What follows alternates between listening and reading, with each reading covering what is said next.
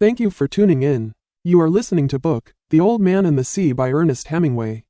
The narration is brought to you by The Whispering Shelf. Chapter 1. The Worst Kind of Mark. He was an old man who fished alone in a skiff in the Gulf Stream, and he had gone 84 days. Now without catching a fish. During the first 40 days without a fish, the boy's parents had told him that the old man was now definitely and finally Salau. Which is the worst form of unlucky. The boy's parents had ordered him to go in another boat, which caught 3 good fish the first week. It made the boy sad to see the old man come back each day with his skiff empty. He always went down to help him carry the lines, or the gaff and harpoon and the sail patched with flour sacks, so that when it was furled it looked like the flag of permanent defeat.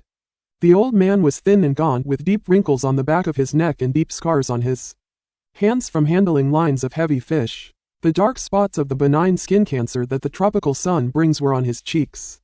His scars were as old as forgotten memories. Everything about him was old except his eyes. They were the same color as the sea and were cheerful and undefeated. "Santiago," the boy said to him, "I could go with you again. We've made some money." The old man had taught the boy to fish and the boy loved him. "No," the old man said. "You're with a lucky boat. Stay there. But remember how you went 87 days without fish and then we caught big ones every day. For 3 weeks. "I remember," the old man said. "I know you did not leave me because you doubted. It was Papa who made me leave. I am a boy and I must obey him." "I know," the old man said. "He hasn't much faith." "No, but we have, haven't we?" "Yes. Can I offer you a beer on the terrace and then we'll take the stuff home?" "Why not?" the old man said. Between fishermen. They sat on the terrace and many of the fishermen made fun of the old man. But he was not angry. The older fishermen looked at him and were sad. But they did not show it. The successful fishermen of that day had already butchered their marlin and carried them to the ice truck that would take them to the market in Havana. Those who had caught sharks had taken them to the shark factory on the other side of the cove. When the wind came from the east, a smell came from the shark factory. "Santiago," the boy said. "Yes," the old man said. He was thinking of many years ago. "Can I go out and get sardines for you for tomorrow?" "No, go and play baseball. I can still row and Rogelio will throw the net." "I would like to go. If I cannot fish with you, I would like to serve in some way." "You bought me a beer," the old man said. "You are already a man." "How old was I when you first took me in a boat?" 5, and you were nearly killed when I brought the fish in too green and it nearly destroyed the boat. Can you remember?" "I can remember the tail slapping and the noise of the clubbing." "Can you really remember that?" "I remember everything from when we went together." The old man looked at him with his confident, loving eyes. "If you were my boy I'd take you out," he said. "But you are your father's and your mother's and you are in a lucky boat." "May I get the sardines?" "I know where I can get 4 baits too. I have mine left from today." "Let me get 4 fresh ones." "1," the old man said. His hope and his confidence had never left him. "2," the boy said. "2," the old man agreed. "Jan didn't steal them?" "I would," the boy said. "But I bought these." "Thank you," the old man said. "Tomorrow is going to be a good day with this current." He was too simple to wonder when he had attained humility, but he knew it carried no loss of pride. "Where are you going?" the boy asked. "Far out. I want to be out before it is light." "Are you strong enough now for a truly big fish?" "I think so, and there are many tricks." "Let us take the stuff home," the boy said, "so I can get the cast net and go after the sardines." They picked up the things from the boat. The old man carried the mast on his shoulder and the boy carried the wooden box with the fishing gear. They walked to the old man's shack and went in through its open door. The shack was made of the tough part of the royal palm called guano. In the shack there was a bed, a table, 1 chair and a place on the dirt floor to cook with charcoal. On the brown walls there was a color picture of the Sacred Heart of Jesus and another of the Virgin of Cobar, both relics of his wife. Once there had been a photograph of his wife on the wall, but he had taken it down because it had made him lonely. Now it was on the shelf in the corner under his clean shirt. "What do you have to eat?" the boy asked. "A pot of yellow rice with fish." "Do you want some?" "No, I will eat at home." "Do you want me to make a fire?" "No, I will make it later on." "May I take the cast net?" Of course. There was no cast net and the boy remembered when they had sold it. But they went through this fiction every day. There was no pot of yellow rice and fish and the boy knew this too. 85 is a kicky number, the old man said. "How would you like to see me bring one in that weighed over 1,000 pounds? I'll get the cast net and go for sardines. Will you sit in the sun in the doorway?" "Yes. I have yesterday's paper and I will read about baseball." The boy did not know whether yesterday's paper was fiction too. But the old man brought it out from under the bed. Perico gave it to me at the bodega. He explained, I'll be back when I have the sardines. I'll keep yours and mine together on ice and we can share them in the morning. When I come back you can tell me about baseball. Now keep warm, old man. Remember we are in September, the boy said. The month when the great fish come, the old man said. Anyone can be a fisherman in May. I'm going for the sardines now, the boy said. When the boy came back the old man was asleep in the chair and the sun was down. The boy took the old army blanket off the bed and spread it over the back of the chair and over the old male's strange but powerful shoulders. His shirt had been patched so many times that it was like a sail. The old man's head was very old and with his eyes closed there was no life in his face. He was barefoot. The boy left him there and when he came back the old man was still asleep. Wake up, old man, the boy said. The old man opened his eyes and for a moment he was coming back from a long way away. Then he smiled. What have you got? He asked. Supper, said the boy. We're going to have supper. I'm not very hungry, come on and eat. You can't fish and not eat. What are we eating? Black beans and rice, fried bananas and some stew. The boy had brought them in a metal container from the terrace. That's very kind of you, the old man said. Should we eat? I've been asking you to, the boy told him gently. I didn't want to open the container until you were ready. I'm ready now, the old man said. I only needed time to wash. Where did he wash? The boy thought. The village water supply was 2 streets down the road. I must have water here for him. And soap and a towel.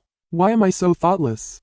I must got him another shirt and a jacket for the winter and some sort of shoes and another blanket. Your stew is excellent, the old man said. Tell me about baseball, the boy asked him. In the American League it is the Yankees as I said, the old man said happily. They lost today, the boy told him. That means nothing. The great DiMaggio is himself again. They have other men on the team. Naturally. But he makes the difference, the old man said. Do you remember when he used to come to the terrace? I wanted to take him fishing but I was too timid to ask him. Then I asked you to ask him and you were too timid. I would like to take the great DiMaggio fishing. They say his father was a fisherman. Maybe he was as poor as we are and would understand. I used to sail on a big ship that went to Africa and I have seen lions on the beaches in the evening. I know. You told me. Should we talk about Africa or about baseball?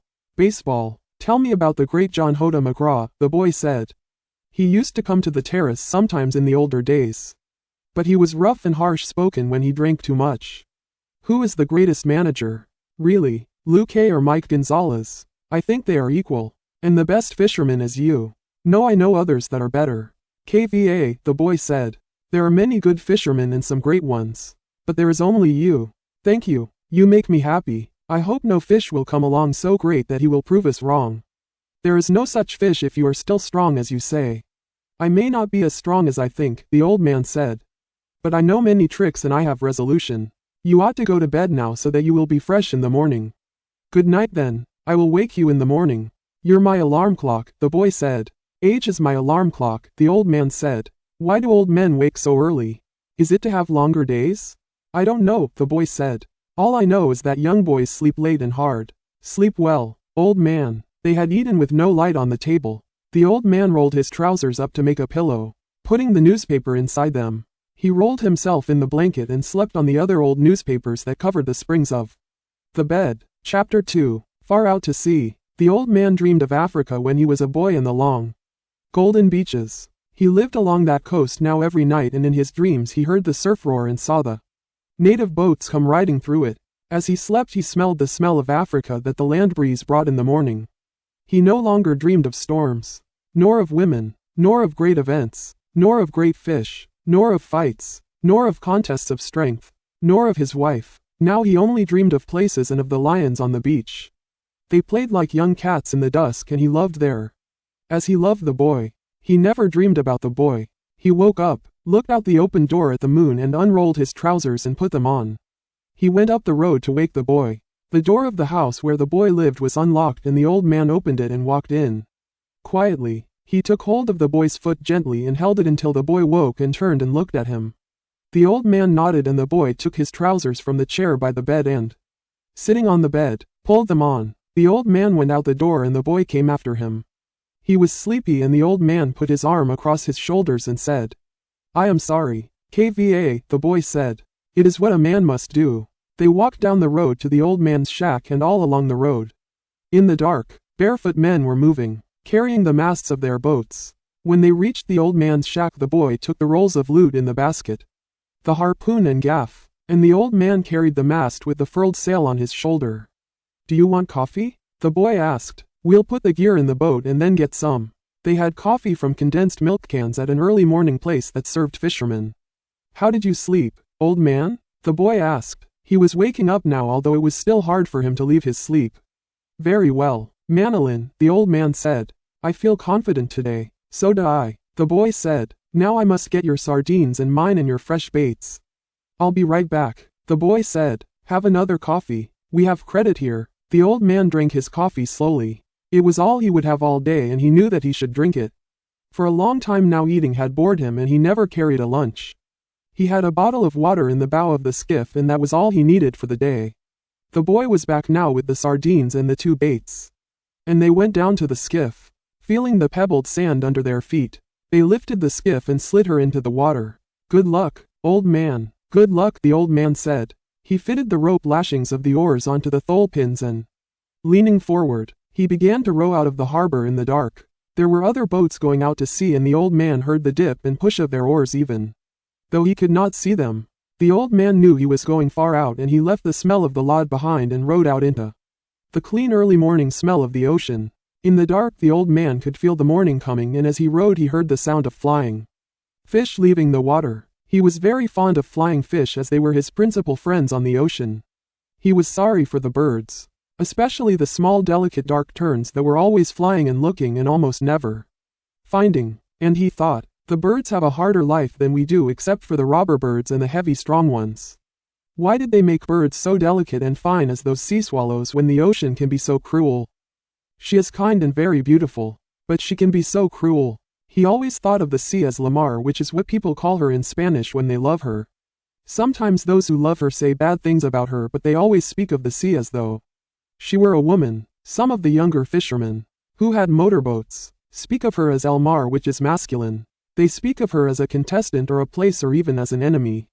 But the old man always thought of her as feminine and as something that gave or withheld great favors. And if she did wild or wicked things it was because she could not help them. The moon affects her as it does a woman, he thought. He was rowing steadily and it was no effort for him. Today I'll row out where the schools of albacore are and maybe there will be a big one with them. Before it was really light he had his 4 baits out at different depths and he was drifting with the current. There was no part of the hook that a great fish could feel which was not sweet smelling and good tasting. The boy had given him 2 small fresh tunas which hung on the 2 deepest lines and on the others he had a big blue runner and a yellow jack. Each line was as thick as a big pencil and was looped onto a stick so that any pull or touch on the bait would make the stick dip. Now the old man rowed gently to keep the lines straight and at their proper depths. The sun rose thinly from the sea and the old man could see the other boats low on the water and well in toward the shore. He looked down into the water and watched the lines that went straight down into the dark water. He kept them straighter tight than any other fisherman. I keep them with precision, he thought, only I have no luck anymore. But who knows? Maybe today. Every day is a new day. It is better to be lucky. But I would rather be exact. Then when luck comes you are ready. Just then he saw a man-of-war bird with his long black wings circling in the sky ahead of him. He made a quick drop and then circled again. He's got something, the old man said aloud. He's not just looking. Dolphin, the old man said aloud. Big dolphin. As the old man watched, a small tuna rose in the air, turned and dropped into the water. Another and another rose and they were leaping in long jumps alter the bait. After a while the stern line became taut under his foot. He dropped his oars and felt the weight of the small tuna's shivering pull. He could see the fish in the water as he pulled it in. The old man hit him on the head for kindness and kicked him under the stern. Albacore, he said aloud. He'll make a beautiful bait. He did not remember when he first started talking to himself. Probably when the boy had left him. But he did not remember. The sun was hot now and the old man felt it on the back of his neck. And felt the sweat trickle down his back as he rowed. Just then, watching his lines, he saw one of the projecting green sticks dip sharply. Yes, he said, yes, and he moved his oars inside the boat. He reached out for the line and held it delicately between the thumb and forefinger of his right hand. Then it came again. This time it was a tentative pull and he knew exactly what it was. 100 fathoms below, a marlin was eating the sardines that covered the point of the hook. This far out, he must be huge, he thought. Eat them, fish, please eat them. He felt the light delicate pull and then a harder pull when a sardine's head must have been more difficult to break from the hook. Then there was nothing. Come on, the old man said aloud. Just smell them, aren't they lovely? Eat them now, and then there is the tuna. Don't be shy, fish, eat them. Then he felt something hard and unbelievably heavy. It was the weight of the fish, and he let the line slip down. Down, down. Now he was ready. He had 3 40-fathom coils of line in reserve, as well as the coil he was using. Eat it a little more, he said. Eat it well. Eat it so that the point of the hook goes into your heart and kills you. He thought, come up easy and let me put the harpoon into you. Are you ready? Have you been at the table long enough? Now, he said aloud and struck hard with both hands. Gained a yard of line and then struck again and again, swinging with all the strength of his arms and the weight of his body. Nothing happened. The fish just moved away slowly and the old man could not raise him an inch. The boat began to move slowly toward the northwest. The fish moved steadily and they traveled slowly on the calm water. I wish I had the boy, the old man said aloud. I'm being towed by a fish. I must hold him all I can and give him the line when he wants it. Thank God he is traveling and not going down. 4 hours later the fish was still swimming out to sea, towing the skiff, and the old man was still braced solidly with the line across his back. Chapter 3. The battle begins. He looked behind him and saw that no land was visible. That makes no difference, he thought. I can always come in on the glow from Havana. Maybe he will come up before sunset, or with the moon. I have no cramps and I feel strong. It is he that has the hook in his mouth. But what a fish to pull like that. I wish I could see him only once to know what I have against me. The fish never changed his course. It was cold after the sun went down. He tied the sack that covered the bait box around his neck so that it hung down over his back end. He cautiously worked it down under the line that was across his shoulders now. I can do nothing with him and he can do nothing with me, he thought. Once he stood up and urinated over the side of the skiff and looked at the stars and checked his course. They were moving more slowly now and the glow of Havana was not so strong. So he knew the current must be carrying them eastward. I wonder how the baseball came out in the Grand Leagues today, he thought. It would be wonderful to do this with a radio. Think of what you are doing. You must do nothing stupid. Then he said aloud, I wish I had the boy to help me and to see this. No one should be alone in their old age, he thought. But it is unavoidable. I must remember to eat the tuna before he spoils in order to keep strong. Remember, you must eat him in the morning, he said to himself. During the night 2 porpoise came around the boat and he could hear them rolling and blowing. They are good, he said. They play and make jokes and love one another. They are our brothers like the flying fish. Then he began to pity the great fish that he had hooked. He is wonderful and strange, and who knows how old he is, he thought. Never have I had such a strong fish, nor one who acted so strangely. Perhaps he is too wise to jump. He could ruin me by jumping. But what a great fish he is, and what he will bring in the market if the flesh is good. He took the bait like a male and he pulls like a male, and his fight has no panic in it. I wonder if he has any plans or if he is just as desperate as I am. I wish the boy were here, he said aloud and settled himself against the bow and felt the strength of the great fish through the line he held across his shoulders. My choice was to go out to find him beyond all people in the world. Now we are joined together and no one to help either one of us. The fish made a surge that pulled him down on his face and made a cut below his eye. The blood ran down his cheek a little way, but it coagulated and dried before it reached his chin, and he worked his way back to the bow and rested against the wood. I wonder why he made that surge, he thought. The wire must have slipped on the great hill of his back. Certainly his back cannot feel as bad as mine does. But he cannot pull this skiff forever, no matter how great he is. Fish, he said softly, aloud, I'll stay with you until I am dead. When the sun had risen further, the old man realized that the fish was not getting tired. There was only one favorable sign. The slam of the line showed he was swimming at a lesser depth. That did not mean that he would jump, but he might. God, let him jump, the old man said. I have enough line to handle him. Fish, he said, I love you and respect you very much. But I will kill you dead before this day ends. A small bird came toward the skiff from the north.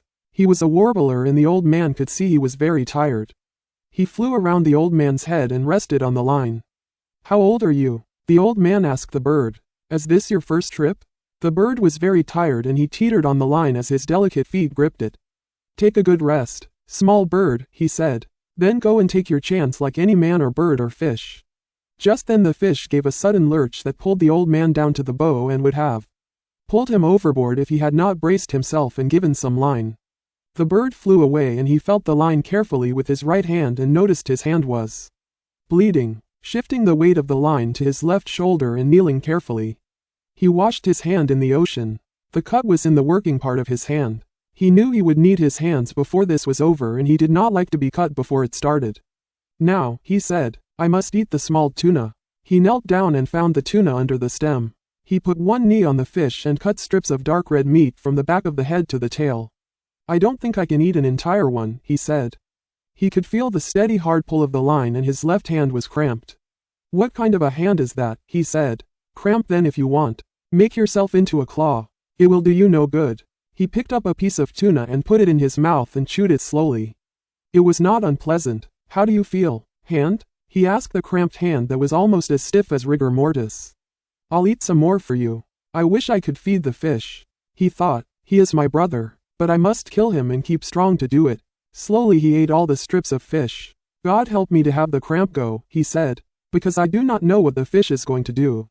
What is his plan?" he thought, "and what is mine?" His left hand was still cramped, but he was unknotting it slowly. "I hate cramps," he thought, "it is a treachery of one's own body." Then, with his right hand he felt the difference in the pull of the line.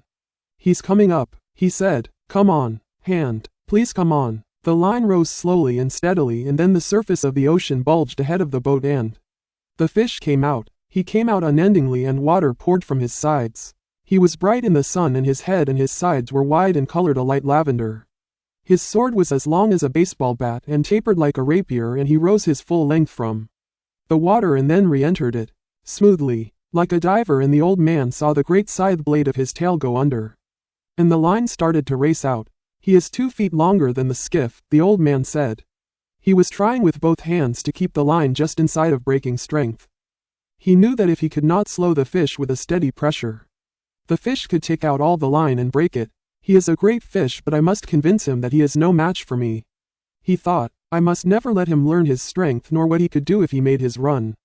The old man had seen many great fish. He had seen many that weighed more than 1,000 pounds and he had caught 2 of that size in his life, but never alone. Now alone, and out of sight of land, he was tied fast to the biggest fish that he had ever seen and bigger than he had ever heard of.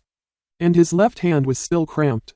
"I wonder why he jumped," the old man thought. "He jumped almost as though to show me how big he was. I wish I could show him what sort of man I am." But then he would see the cramped hand. At noon the old man's left hand was uncramped. He was comfortable but suffering, although he did not admit the suffering at all. "I am not religious," he said, "but I will say 10 Our Fathers and 10 Hail Marys so that I can catch this fish. And I promise to make a pilgrimage to the Virgin de Cober if I catch him." Christ, I did not know he was so big. "I'll kill him though," he said, "in all his greatness, although it is unjust," he thought, "but I will show him what a man can do and what a man endures." "I told the boy I was a strange old man," he said. "Now is when I must prove it."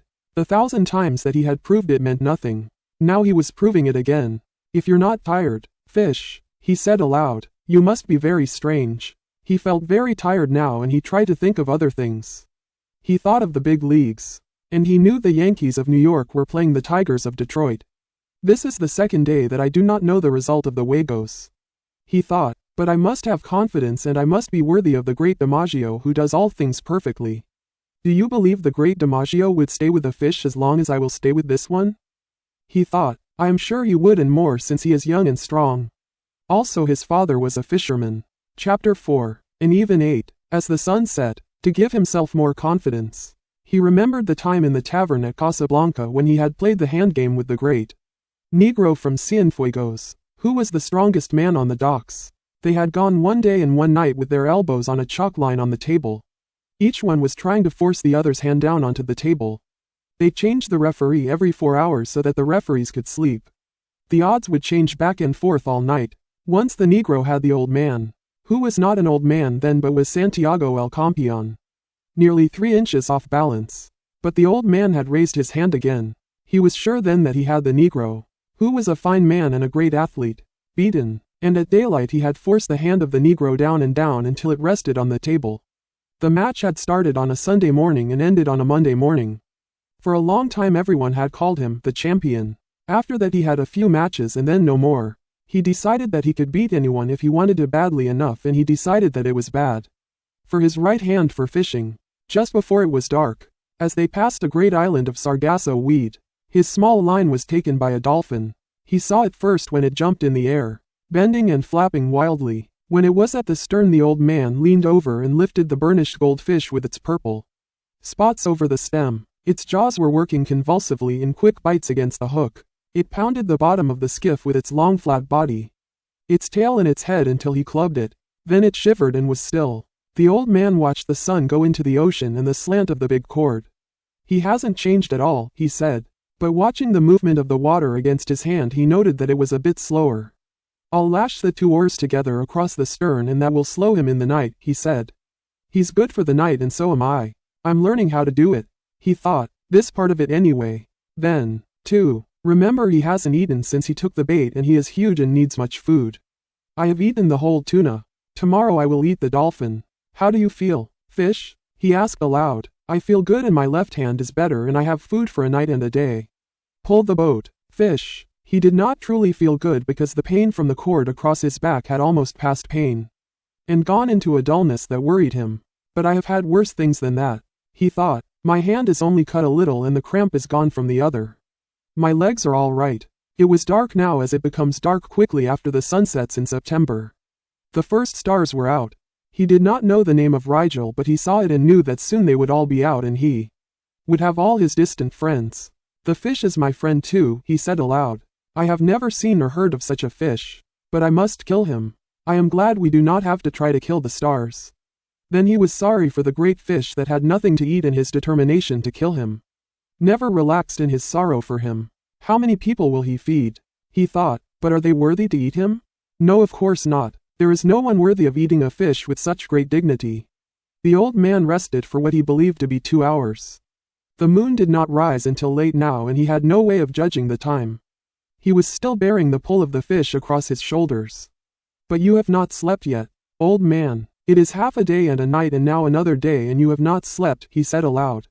"I must devise a way so that you sleep a little if he is quiet and steady. If you do not sleep you might become unclear in the head." "I could go without sleeping," he told himself, "but it would be too dangerous." He worked his way back to the stern. The stars were bright now and he saw the dolphin clearly, and he pushed the blade of his knife into his head and pulled him out from under the stern. The dolphin was cold and gray-white now in the starlight, and the old man skinned one side of him while he held his right foot on the fish's head. Then he skinned the other side and cut fillets. He leaned over the side and put his hand in the water. The flow of the water against it was less strong. "He is tired or he is resting. Now let me eat this dolphin and get some rest and a little sleep." Under the stars he ate half of one of the dolphin fillets. "What an excellent fish dolphin is to eat cooked," he said. "And what a miserable fish raw. I will never go in a boat again without salt or limes."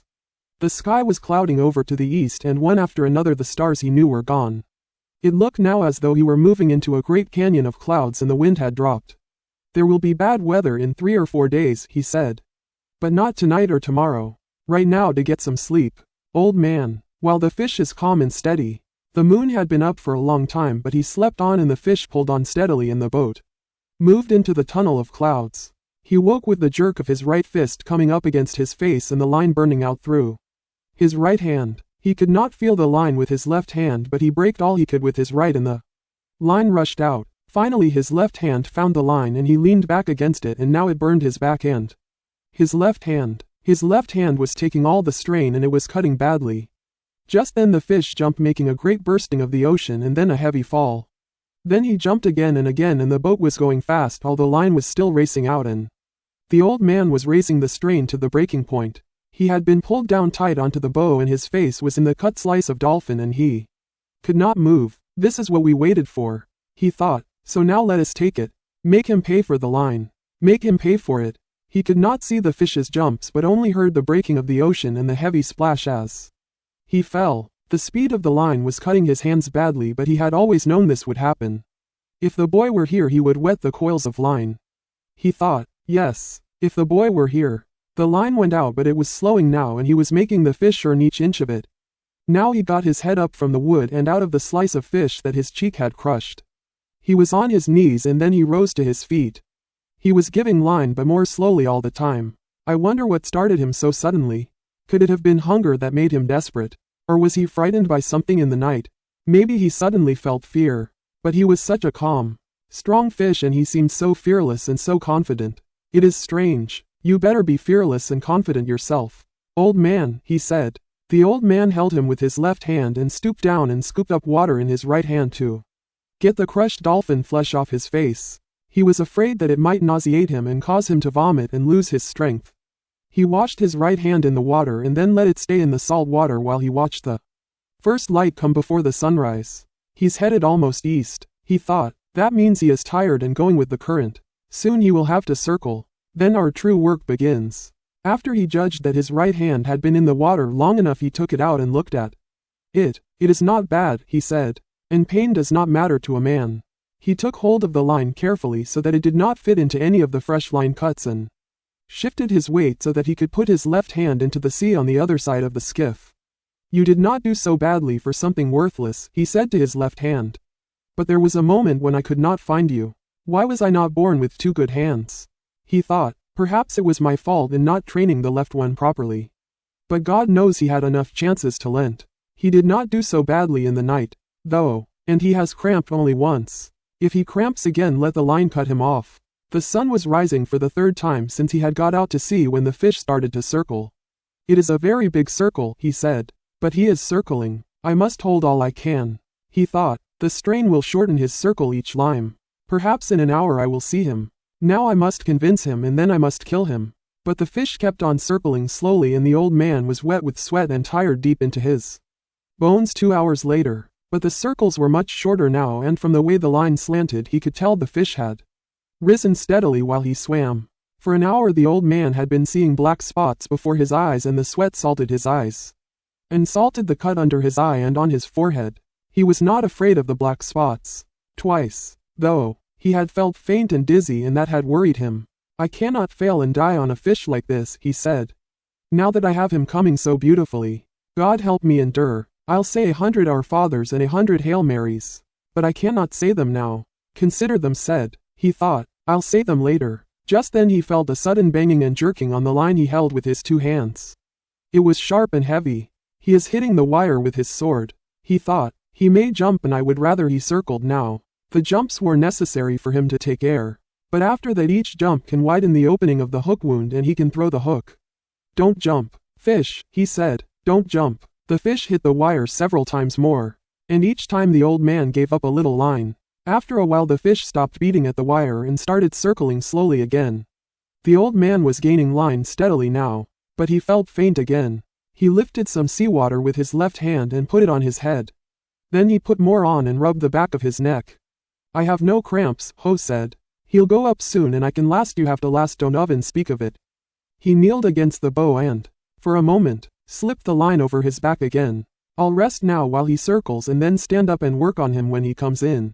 He decided, I'm more tired than I have ever been. He thought, and now the trade wind is rising. But that will be good to take him in with. The sea had risen considerably. But it was a fair weather breeze and he had to have it to get home. I'll just steer south and west, he said. A man is never lost at sea and it is a long island. It was on the third turn that he saw the fish for the first time. He saw him first as a dark shadow that took so long to pass under the boat that he could not believe its length. No, he said, he can't be that big.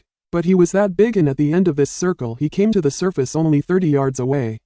And the man saw his tail out of the water. It was higher than a big scythe blade and a very pale lavender above the dark blue water. As the fish swam just below the surface the old man could see his huge bulk and purple stripes. His dorsal fin was down and his huge pectorals were spread wide. Then the old man could see the fish's eye. The old man was sweating now but from something else besides the sun. On each placid turn the fish made he was gaining line and he was sure that in 2 turns he would have a chance to get the harpoon in. But I must get him close.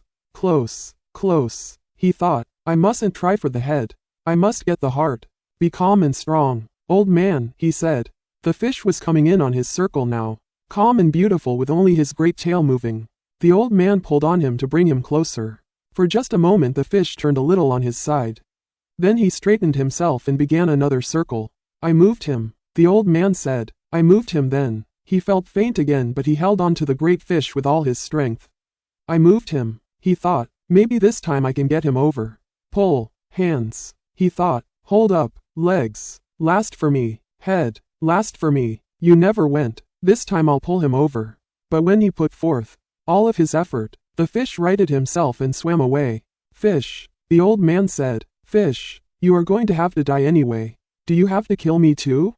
That way nothing is accomplished, he thought. His mouth was too dry to speak, but he could not reach for the water now. I must get him alongside this time, he thought. I am not good for many more turns.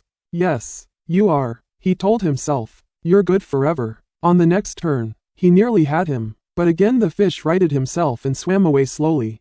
You are killing me, fish, the old man thought, but you have a right to. Never have I seen a greater or more beautiful or a calmer or more noble thing than you. Brother, come on and kill me.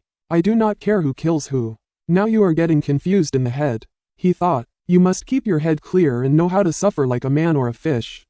Clear up, head, he said in a voice he could hardly hear. Clear up. He tried it once more and he felt himself going when he turned the fish. The fish righted himself and swam off again slowly with the great tail moving in the air. I'll try it again, the old man promised, although his hands were mushy now and he could only see well in flashes. Chapter 5, Shark Attack. He took all his pain and what was left of his strength and his long-gone pride and he put it against the fish's agony. The fish came over onto his side and swam gently and started to pass the boat. The old man dropped the line and put his foot on it and lifted the harpoon as high as he could and drove it down with all his strength into the fish's side just behind the great chest fin. He felt the iron go in and he leaned on it and drove it further and then pushed all his weight after it. Then the fish came alive, with his death in him, and rose high out of the water, showing all his great length and width and all his power and his beauty. He seemed to hang in the air above the old man in the skiff. Then he fell into the water with a crash. The old man felt faint and sick and he could not see well. But he cleared the harpoon line and let it run slowly through his raw hands, and when he could see, he saw the fish was on his back with his silver belly up. The shaft of the harpoon was projecting at an angle from the fish's shoulder and the sea was red with the blood from his heart. The fish was silvery and still and floated with the waves. The old man laid his head on his hands. Keep my head clear, he said. I am a tired old man. But I have killed this fish which is my brother, and now I must do the slave work. Now I must prepare the rope to tie him alongside the skiff. He thought, this skiff will never hold him. He started to pull the fish in to have him alongside the skiff. I want to see him, he thought, and to touch and to feel him. He is my fortune, he thought, but that is not why I wish to feel him.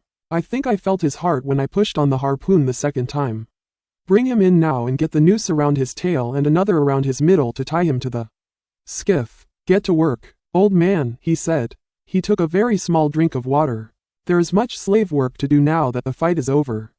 He looked up at the sky and then out to his fish. Come on, fish, he said, but the fish did not come. Instead he lay there and the old man pulled the skiff up to him.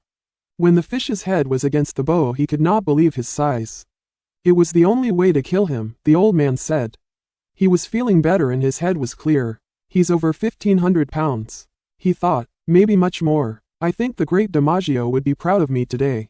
He fastened the fish to the bow, to the stem and to the middle thwart. He was so big it was like lashing a much bigger skiff alongside. He could see the fish and he had only to look at his hands and feel his back against the stem to know that this had truly happened and was not a dream.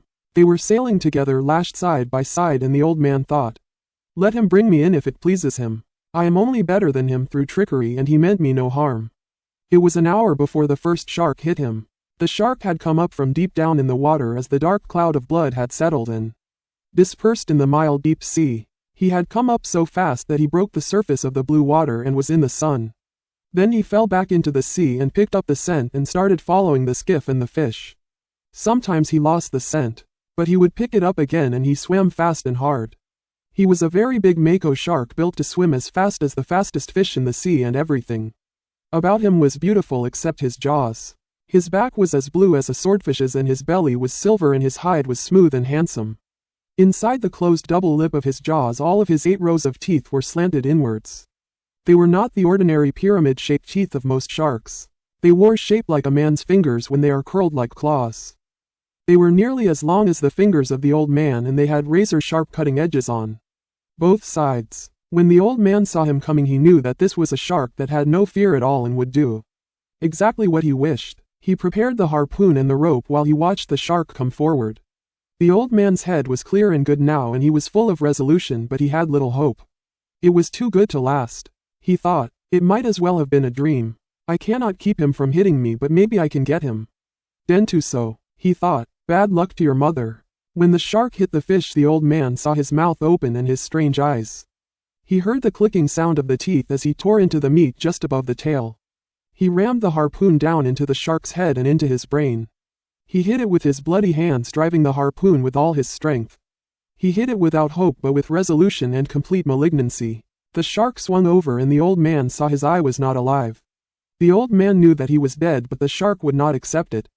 It plowed over the water as a speedboat does. Then he lay quietly for a little while and went down very slowly. He took about 40 pounds and my harpoon, the old man said. He did not like to look at the fish anymore since he had been mutilated. When the fish had been hit, it was as though he himself were hit. It was too good to last. He thought, I wish it had been a dream now, and that I had never hooked the fish and was alone in bed on the newspapers. But man is not made for defeat, he said. A man can be destroyed but not defeated. I am sorry that I killed the fish though. He thought, now the bad time is coming and I do not even have the harpoon. Don't think, old man, he said aloud. Sail on and take it when it comes. He knew quite well the pattern of what could happen when he readied the inner part of the current. But there was nothing to be done now. Yes, there is, he said aloud. I can lash my knife to the butt of one of the oars. So he did that. Now, I am still an old man, but I am not unarmed. He watched only the forward part of the fish, and some of his hope returned. It is silly not to hope, he thought. Besides, I believe it is a sin. Do not think about sin. There are enough problems now without sin. I have no understanding of it, and I am not sure that I believe in it. Perhaps it was a sin to kill the fish. I suppose it was, though I did it to keep me alive and feed many people. But then everything is a sin. Do not think about sin. You were born to be a fisherman. You did not kill the fish only to keep alive and to sell for food. He thought, you killed him for pride and because you are a fisherman. You loved him when he was alive and you loved him after. If you love him, it is not a sin to kill him. Or is it more? But you enjoyed killing the dentuso. He thought, I killed him in self-defense, the old man said aloud. And I killed him well. Besides, he thought, everything kills everything else in some way. Fishing kills me exactly as it keeps me alive. The boy keeps me alive. I must not deceive myself too much. Chapter 6. The Final Battle. He had been sailing for 2 hours when he saw the first of the 2 sharks. Galanos, he said aloud. He took up the oar with the knife lashed to it. He lifted it as lightly as he could because his hands rebelled at the pain. And he watched the sharks come. They were hateful sharks, bad-smelling scavengers as well as killers. And when they were hungry they would bite at an oar or the rudder of a boat. Aye, the old man said. Galanos. Come on, Galanos. They came. One turned and went out of sight under the skiff, and the old man could feel the skiff shake as he jerked and pulled on the fish. The other watched the old man with his yellow eyes and then came in fast to hit the fish where he had already been bitten. A line showed clearly on the top of his brown head and back where the brain joined the spinal cord. And the old man drove the knife on the oar into the brain, withdrew it, and drove it in again into the shark's yellow cat-like eyes. The shark let go of the fish and slid down, swallowing what he had taken as he died. When he saw the other shark, he leaned over the side and punched him. The blow hurt his hands and his shoulder, but the shark came up fast with his head out, and the old man hit him squarely in the center of his flat-topped head. The old man withdrew the blade and punched the shark exactly in the same spot again. The old man stabbed him in his left eye, but the shark still hung there. No, the old man said, and he drove the blade between the vertebrae and the brain, and he felt the cartilage break. Go on, Galano. Slide down a mile deep. Go and see your friend. Or maybe it's your mother. The old man wiped the blade of his knife and laid down the oar. Then he brought the skiff onto her course. They must have taken a quarter of him and of the best meat, he said aloud. I wish it were a dream and that I had never hooked him. I'm sorry about it. Fish. It makes everything wrong. He stopped and he did not want to look at the fish now. I shouldn't have gone out so far. Fish, he said. Neither for you nor for me. I'm sorry. Fish. God knows how much that last one took, he continued. But she's much lighter now. He did not want to think of the mutilated underside of the fish. He was a fish to keep a man all winter. He thought, don't think of that, just rest and try to get your hands in shape to defend what is left of him. The next shark that came was a single shovel nose. He came like a pig to the trough if a pig had a mouth so wide that you could put your head in it. The old man let him hit the fish and then drove the knife on the oar down into his brain. But Tire Shark jerked backwards as he rolled and the knife blade snapped. The old man did not even watch the big shark sinking slowly in the water. I have the gaff now, he said, but it will do no good. I have the 2 oars and the tiller and the short dub. Now they have beaten me, he thought. I am too old to club sharks to death, but I will try it as long as I have the oars and the short club and the tiller. It was getting late in the afternoon and he saw nothing but the sea and the sky. You're tired, old man, he said. You're tired inside. The sharks did not hit him again until just before sunset. He blocked the tiller and reached under the stern for the club. It was an oar handle from a broken oar. The 2 sharks closed together and as he saw the one nearest him open his jaws and sink them into the silver side of the fish, he raised the club high and brought it down heavy on the top of the shark's broad head. He struck the shark once more hard across the point of the nose as he slid down from the fish. The other shark now came in again with his jaws wide. The old man could see pieces of the meat of the fish spilling white from the corner of his jaws. He swung at him and hit only the head and the shark looked at him and tore the meat loose. The old man swung the club down on him again. Come on, Galano, the old man said. Come in again. The shark came in and the old man hit him as he shut his jaws. He hit him solidly and front as high up as he could raise the club. This time he felt the bone at the base of the brain and he hit him again in the same place. The old man watched but neither shark returned. He did not want to look at the fish. He knew that half of him had been destroyed. The sun had gone down while he had been fighting the sharks. It will be dark soon, he said, then I should see the glow of Havana. If I am too far to the east I will see the lights of one of the new beaches. He could not talk to the fish anymore because the fish had been ruined too badly. Then something came into his head. Half fish, he said. Fish that you were, I am sorry that went too far out. I ruined us both, but we have killed many sharks. You and I, and ruined many others. How many did you ever kill? Old fish? You do not have that spear on your head for nothing. I have half of him. He thought, maybe I'll have the luck to bring the forward half in. I should have some luck. No, he said. You violated your luck when you went too far outside. Don't be silly, he said aloud. You may have much luck yet. I'd like to buy some if there were any place they sell it, he said. What could I buy it with? He asked himself. Could I buy it with a lost harpoon and a broken knife and 2 bad hands? You might, he said. You tried to buy it with 84 days at sea. They nearly sold it to you too. He saw the reflected glare of the lights of the city at what must have been around 10 o'clock at night. He steered inside of the glow and he thought that now, soon, he must hit the edge of the stream. Now it is over, he thought. They will probably hit me again. But what can a man do against them in the dark without a weapon? I hope I do not have to fight again, he thought, but by midnight he fought and this time he knew the fight was useless. They came in a pack. He dubbed desperately at what he could only feel and hear and he felt something seize the dub end. It was gone. He jerked the tiller free from the rudder and beat and chopped with it, holding it in both hands and driving it down again and again. One came, finally, against the head itself and he knew that it was over. He swung the tiller across the shark's head. He swung it once and twice and again. The shark let go and rolled away. That was the last shark of the pack that came. There was nothing more for them to eat. The old man could hardly breathe now and he felt a strange taste in his mouth. It was coppery and sweet and he was afraid of it for a moment. He spat into the ocean and said, Eat that, Galanos. He knew he was beaten now finally and without remedy. He put the sack around his shoulders and put the skiff on her course. He had no thoughts nor any feelings of any kind. He only noticed how lightly and how well the skiff sailed now that there was no great weight beside her. He could feel he was inside the current now and he could see the lights of the beach along the shore. When he sailed into the little harbor the lights of the terrace were out and he knew everyone was in bed. He pulled the boat up and then he stepped out and tied her to a rock. He took the mast out of its step and furled the sail and tied it. Then he put the mast on his shoulder and started to climb. It was then that he knew the depth of his tiredness. He stopped and looked back and saw the white naked line of the fish's backbone and the dark mass of the head with the bill and all the nakedness in between. He started to climb again and at the top he fell and lay for some time with the mast across his shoulder. He tried to get up, but it was too difficult and he sat there with the mast on his shoulder. Finally he put the mast down and stood up. He picked the mast up and put it on his shoulder and started up the road. He had to sit down 5 times before he reached his shack. Inside the shack he leaned the mast against the wall. In the dark he found a water bottle and took a drink. Then he lay down on the bed. He pulled the blanket over his body and he slept face down on the newspapers with his arms out, straight in the palms of his hands up. He was asleep when the boy looked in the door in the morning. The boy saw the old man's hands and he started to cry. He went out very quietly to get some coffee and all the way down the road he was crying. Many fishermen were around the skiff looking at what was lashed beside it and one was in the water.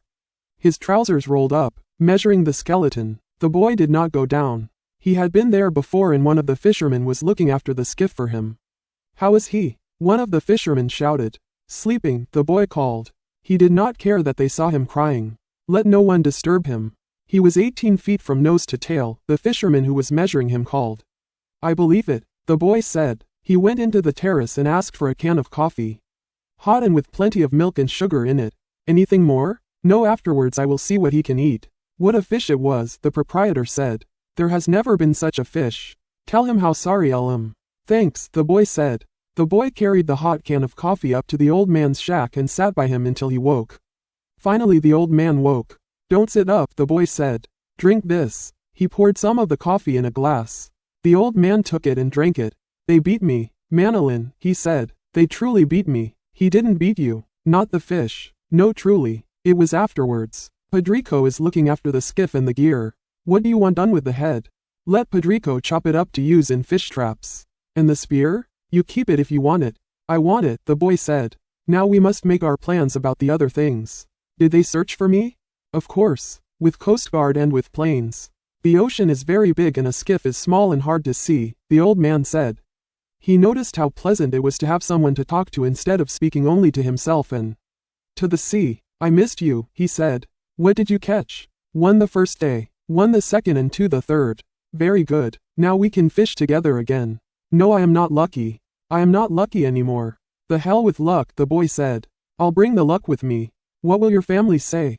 "I do not care. I caught 2 yesterday. But we will fish together now for I still have much to learn." "You get your hands well." "Old man, I know how to care for them. In the night I spat something strange and felt something in my chest was broken." "Get that well too," the boy said. "Lie down." "Old man, I will bring you your clean shirt. And something to eat. Bring any of the papers of the time that I was gone," the old man said. "You must get well fast for there is much that I can learn and you can teach me everything." "How much did you suffer?" "Plenty," the old man said. "I'll bring the food and the papers," the boy said. "Rest well, old man. I will bring something from the drugstore for your hands."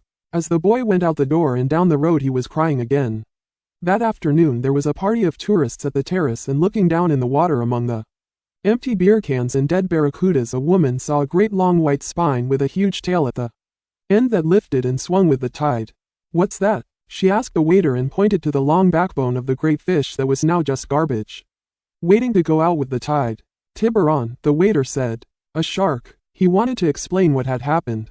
"I didn't know sharks had such handsome, beautifully formed tails." "I didn't either," her male companion said. Up the road, in his shack, the old man was sleeping again. He was still sleeping on his face and the boy was sitting by him watching him. The old man was dreaming about the lions. This is the end of book, The Old Man and the Sea. The narration is brought to you by The Whispering Shelf. Thank you for listening.